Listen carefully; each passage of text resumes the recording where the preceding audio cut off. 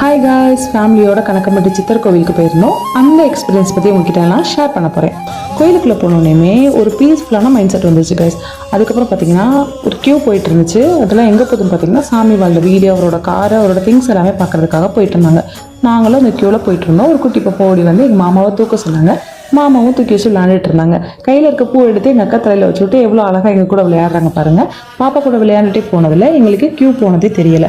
அதுக்கப்புறம் சாமியோட வீடை போய் பார்த்துட்டு வெளியில் வந்துட்டோம். கரெக்டாக 12 மணிக்கு பௌர்ணமி உச்சி பூஜை பார்க்குறதுக்காக தான் நாங்கள் போயிருந்தோம். பட் எங்களுக்கு உள்ளே போகிறதுக்கு ஸ்பேஸ் கிடைக்கல.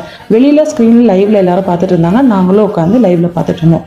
இந்த கோயிலில் நம்ம நினச்சது நடந்ததுக்கப்புறம் அந்த கோயிலுக்கு அன்னதானத்துக்கு அரிசி வாங்கி கொடுக்குறாங்க. அதுதான் அந்த கோயிலோட ஸ்பெஷல். அதுக்கப்புறம் பார்த்தீங்கன்னா சாமியோட சொற்பொழிவுகள் எல்லாமே அங்கங்கே வசனமாக எழுதி ஒட்டியிருந்தாங்க. அது ஃபுல்லாமே ஆன்மீகத்தை தாண்டி லைஃபுக்கு ஒரு மோட்டிவேஷனலாகவும் இருந்துச்சு. அதுக்கப்புறம் சாமியோட சன்னதிக்கு போயிட்டு அவரோட ஜீவசமாதியை பார்த்தோம். சாமி தத்ரூபமாக இருக்கிற மாதிரி இருக்குது. நீங்களும் ஒரு தடவை அந்த கோயிலுக்கு போயிட்டு வாங்க. ஓகேவா? Bye guys.